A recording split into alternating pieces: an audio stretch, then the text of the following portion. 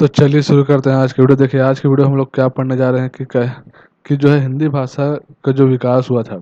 अब संविधान में क्या होता है, संविधान में हमको अनुसूची बताया गया है कि हिंदी जो है 8वीं अनुसूची के अंतर्गत आता है। ठीक है, हिंदी में क्या है, देखिए 8वीं हिंदी जो है, हिंदी नहीं आता मतलब जो भाषा के बारे में, जो भाषा के संबंध में जो भी उपबंध बनाए गए हैं, जो भी इनका उल्लेख किया गया है, वो 8वीं अनुसूची के तहत आता है। ठीक है, संविधान में। ठीक, 8वीं अनुसूची के तहत भाषाओं का उल्लेख। ठीक है, भाषाओं का उल्लेख। अब इस सबसे पहले जो अनुसूची के बारे में हम लोग जब पढ़ते हैं तो सबसे पहले इसमें क्या होता है कि इस अनुसूची में, 8वीं अनुसूची में पहले जो है 14 भाषा थी। 14 भाषा कौन कौन सी थी? इसमें जो है असमिया, बांग्ला, गुजराती, हिंदी, कन्नड़, कश्मीरी, मलयालम, मराठी, उड़िया, पंजाबी, संस्कृत, तमिल, तेलुगु, उर्दू, ये कुल मिलाकर 14 भाषा थी। ठीक है, क्या क्या थी? असमिया, फिर बांग्ला, ठीक, फिर गुजराती, फिर हिंदी, फिर कन्नड़, फिर कश्मीरी, फिर मलयालम, ठीक है, मलयालम है यहाँ पर, फिर मराठी, फिर उड़िया, फिर पंजाबी, फिर संस्कृत, फिर तमिल, उसके बाद तेलुगु, उसके बाद उर्दू। तो ये कुल जो है 14 भाषा पहले, जब अनुसूची का जो भाग था उसमें पहले सबसे पहले 14 भाषा का प्रयोग होता था। अब बाद में जब है, अब बाद में क्या हुआ कि सिंधी, सिंधी एक भाषा था, एक भाषा है। ठीक है, सिंधी एक भाषा है। ठीक है, तो इस भाषा को 21वें संविधान संशोधन 1967 के तहत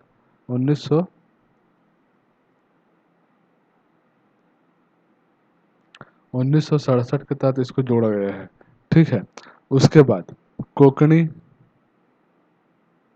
फिर मणिपुरी, फिर नेपाली, इसको क्या किया गया है, 71वें संविधान संशोधन 1992 में ईस्वी में जोड़ा गया है। ठीक है, फिर अब इन दोनों को जोड़ने के पश्चात इस भाषा का जो 14 भाषा था वो कुल मिलाकर 18 भाषा हो गई। ठीक है, 8वीं अनुसूची में। 8वीं अनुसूची क्या है, भाषाओं के संबंध में उल्लेख बताया गया था। पहले 14 भाषा थी, असमिया, असमिया, बांग्ला, गुजराती, हिंदी, कन्नड़, कश्मीरी, मलयालम, फिर उड़िया, पंजाबी, संस्कृत, तमिल, तेलुगु, उर्दू, फिर सिंधी आया, जिसको 21वें संविधान संशोधन 1967 में जोड़ा गया।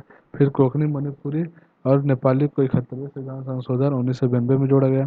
फिर बाद में क्या हुआ, यहाँ पर बोडो, डोंगरी, मैथिली,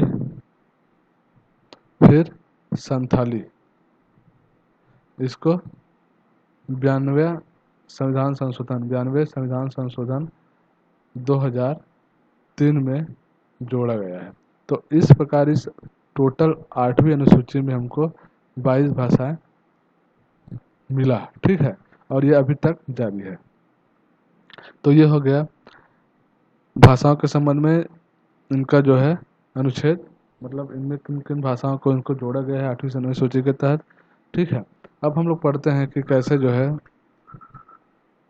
हिंदी जो भाषा के कुछ इसके जो है संस्था के बारे में जान लेते हैं कि क्या क्या हिंदी भाषा के संबंध में संस्थाएं बनी है। ठीक है, राज्य हिंदी मतलब राजभाषा के संबंध में संस्था बनी है, राजभाषा की जो संस्था।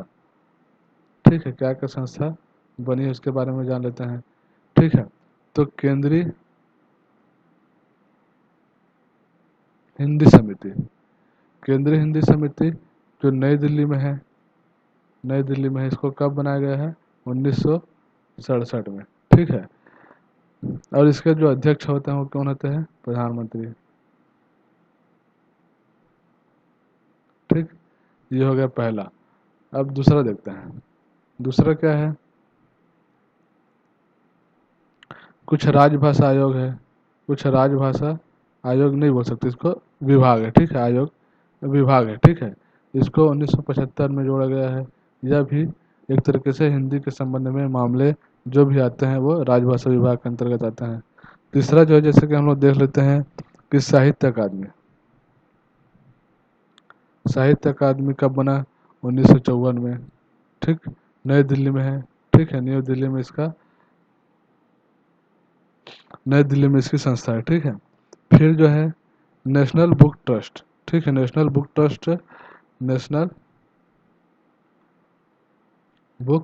ट्रस्ट 1957 में बना। इसकी भी संस्था वो कहाँ है? नई दिल्ली में है।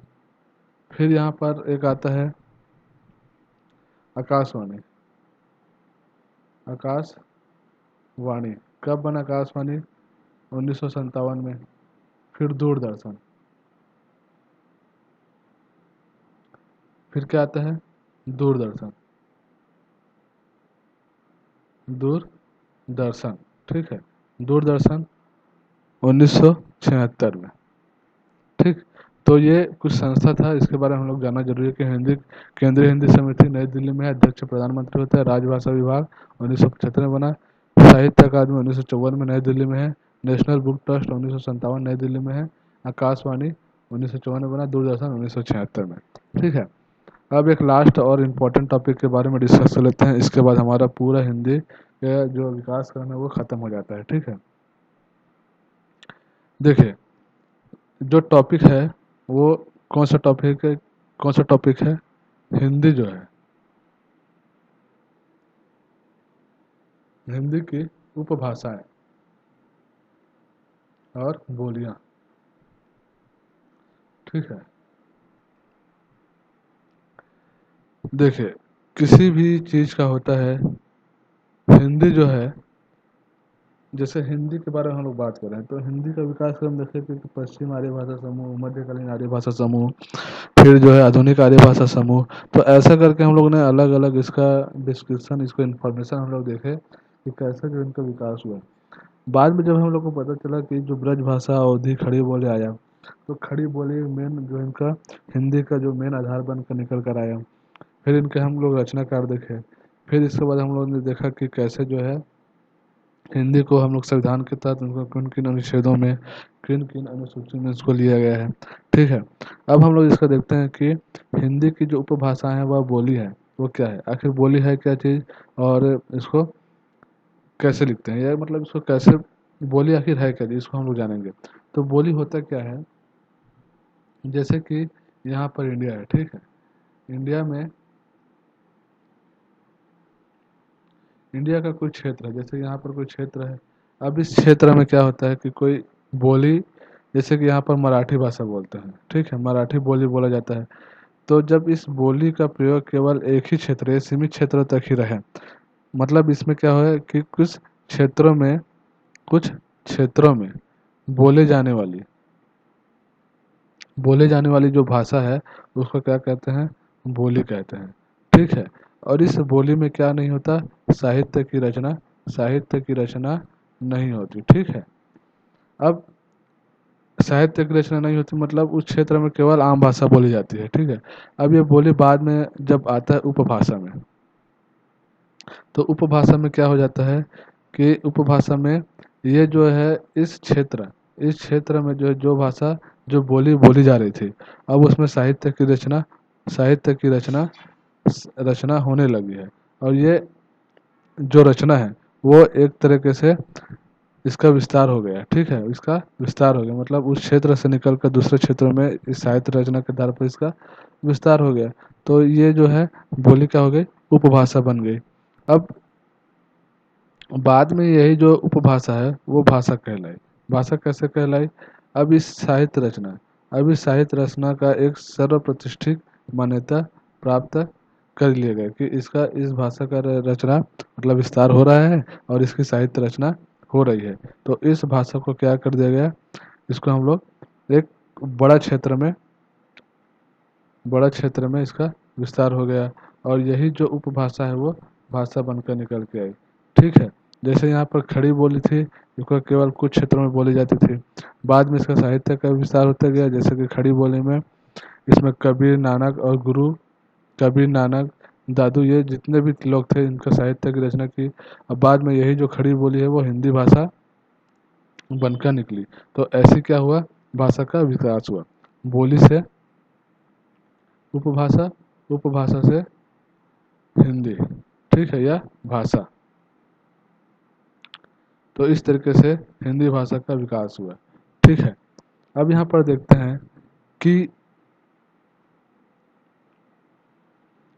एक अंग्रेज अधिकारी रहता है, अंग्रेज प्रशासनिक अधिकारी, जिसका नाम था जॉर्ज अब्राहम गियर्सन, ठीक है। जॉर्ज अब्राहम गियर्सन 1889 नवासी ईस्वी में इन्होंने क्या किया था, मॉडर्न वर्नाक्यूलर क्यूलर modern vernacular literature of Hindustan, इन्होंने इसकी रचना की थे। और इस रचना में उन्होंने क्या बोला था कि उपभाषा और बोली के बारे में बताया गया था, ठीक है। हिंदुस्तान की उपभाषा और बोली के बारे में 1889 में जॉर्ज अब्राहम गियर्सन ने modern vernacular literature of Hindustan की प्रस्तुत की, ठीक है। इनके आधार पर उन्होंने उपभाषा और बोली का वर्गीकरण किया, ठीक। बाद में इन्होंने एक बड़े मात्रा में इसका भाषाई मतलब भाषा का जो संरक्षण किया, और अलग अलग भाषा के बारे में जब उन्होंने सर्वेक्षण किया तो इनका जो सर्वेक्षण है वो 1927 तक चला, ठीक है, 1927 तक चला।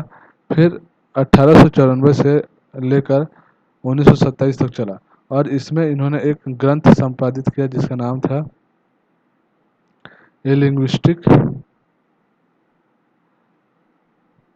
लिंग्विस्टिक सर्वे ऑफ इंडिया, जिसमें सर्वे ऑफ इंडिया, ठीक है।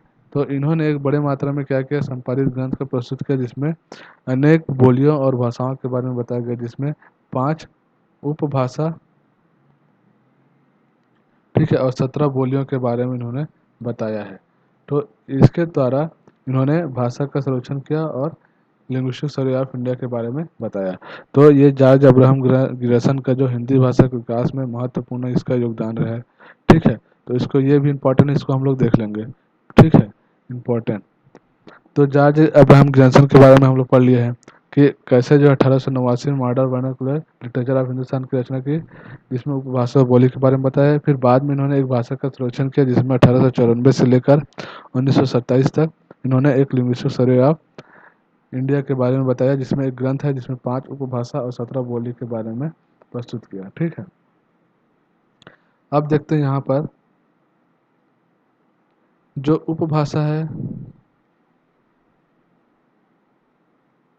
और जो बोली है, और इसका जो कौन कौन सा मुख्य क्षेत्र है इसके बारे में हम लोग देख लेते हैं, ठीक। तो हम देखते हैं राजस्थानी भाषा के बारे में, राजस्थानी उपभाषा के बारे में। इसमें क्या होता है, मारवाड़ी जो भाषा बोली होती है वो क्या होता है, मारवाड़ी जो बोली है वो पश्चिम राजस्थानी है, ठीक है। पश्चिम राजस्थानी भाषा में मारवाड़ी का प्रयोग किया जाता है। फिर जयपुरी और ढूंढाड़ी, ढूंढाड़ी, ठीक है, ढूंढाड़ी, इसको पूर्वी राजस्थानी में बोला जाता है, ठीक है। फिर मेवाती क्या है,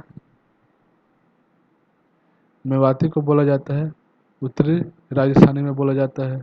फिर मालवी, मालवी को दक्षिण राजस्थान में बोला जाता है। इसका प्रमुख क्षेत्र है वो क्या है, राजस्थान है, ठीक है। हम लोग यहाँ पर क्या पढ़ रहे हैं कि जॉर्ज अब्राहम गियर्सन जो है 5 उपभाषाओं के बारे में बताया है, ठीक है। पांच 5 उपभाषाओं के बारे में बताया, जिसमें पहला उपभाषा है राजस्थानी, जिसमें मारवाड़ी जो है पश्चिमी राजस्थानी, फिर जयपुरी और ढूंढाड़ी क्या है पूर्वी राजस्थानी में बोला जाता है, मेवाती उत्तरी राजस्थानी और मालवी दक्षिण राजस्थानी में, ठीक है। मुख्य क्षेत्र क्या है, राजस्थानी। अब जो है उसको हम लोग देख लेते हैं, दूसरा क्या है, पश्चिमी हिंदी। पश्चिमी हिंदी में क्या क्या भाषा है, और ये जो है पश्चिमी हिंदी की उपभाषा है, जिसमें क्या क्या बोली है, जैसे कि कौरवी बोलवी है, फिर खड़ी बोली है, ठीक है। फिर बांगरू, फिर हरियाणवी, ठीक है, हरियाणवी, हरियाणवी, ठीक है। फिर उसके बाद ब्रज भाषा है, ब्रज भाषा, फिर बुंदेली, फिर यहाँ पर कन्नौजी, ठीक है, कन्नौजी, ठीक। ये जो इसका क्षेत्र है वो हरियाणा, यूपी, ठीक है, यूपी, उत्तर प्रदेश और हरियाणा में।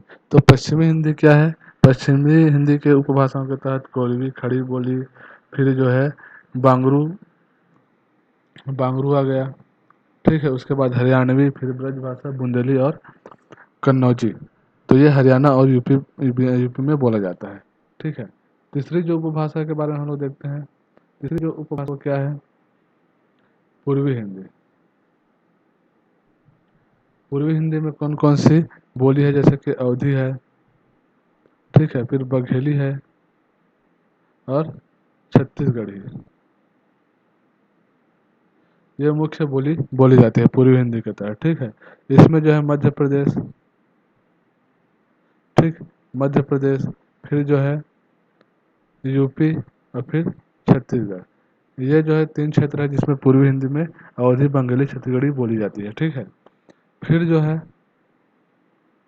चौथी उपभाषा समय क्या है यहाँ पर? बिहारी।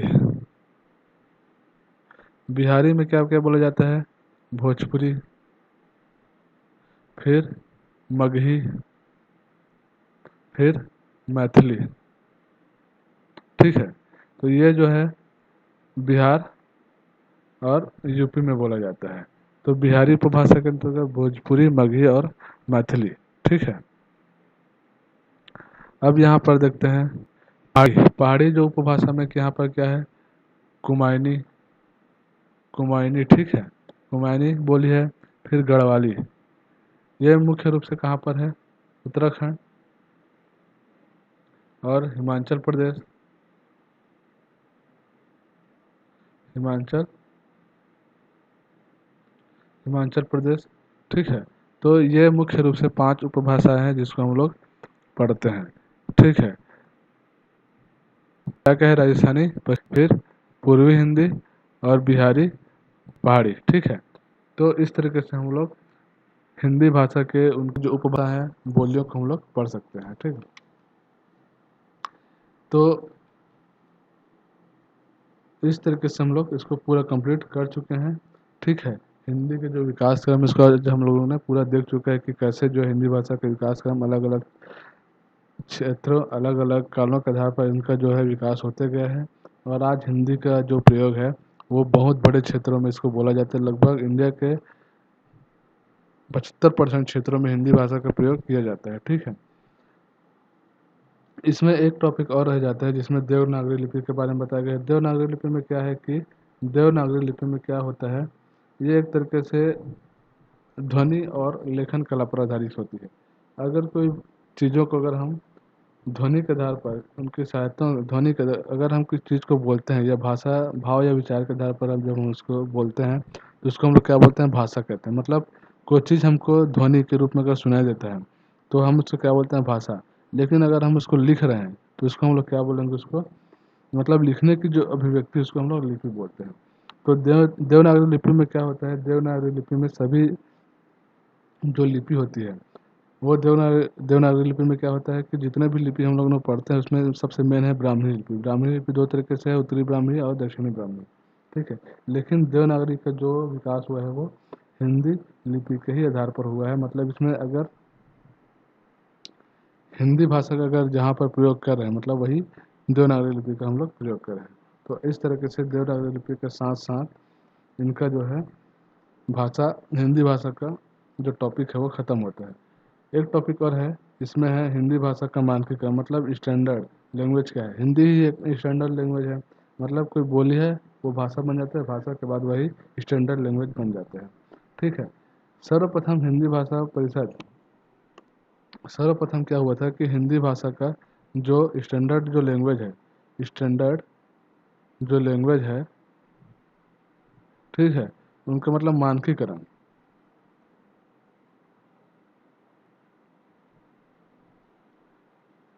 ठीक है, स्टैंडर्ड लैंग्वेज। ठीक है, मतलब मानकीकरण। ठीक है, तो हिंदी भाषा का मानकीकरण का सर्वप्रथम प्रयोग कौन किया था? इलाहाबाद विश्वविद्यालय में। इलाहाबाद विश्वविद्यालय में किया गया था। विश्वविद्यालय में किया गया था 1950 में। 1950 में हिंदी भाषा का क्या किया गया था? मानकीकरण किया गया था इलाहाबाद में 1950 में। इसकी जो अध्यक्षता कर रहे थे, ये चीज़ जान लेते हैं कि इसकी जो अध्यक्षता जो कर रहे थे वो कौन कर रहे थे? धीरेन्द्र वर्मा। धीरेन्द्र वर्मा जी ने क्या किया था? इसकी अध्यक्षता किया था और इस हिंदी भाषा का मानकीकरण किया था। ठीक है, तो इस तरह से डॉक्टर धीरेन्द्र वर्मा के योगदान में हिंदी भाषा का मानकीकरण किया गया था। तो आई होप आप लोग को ये हिंदी भाषा का मानकीकरण और हिंदी से संबंधित जितने भी भाषाओं का जो विकास क्रम है आप लोग को समझ आया होगा। नेक्स्ट टॉपिक में मिलते हैं हम लोग वर्णमाला। नेक्स्ट टॉपिक जो हमारा रहेगा वर्णमाला रहेगा। वर्णमाला में जितने भी अल्फ़ाबेट्स का जो प्रयोग करेंगे हमको उसके उच्चारण और लेखन के आधार पर उसको हम लोग देखेंगे। चलिए, बाय, जय हिंद।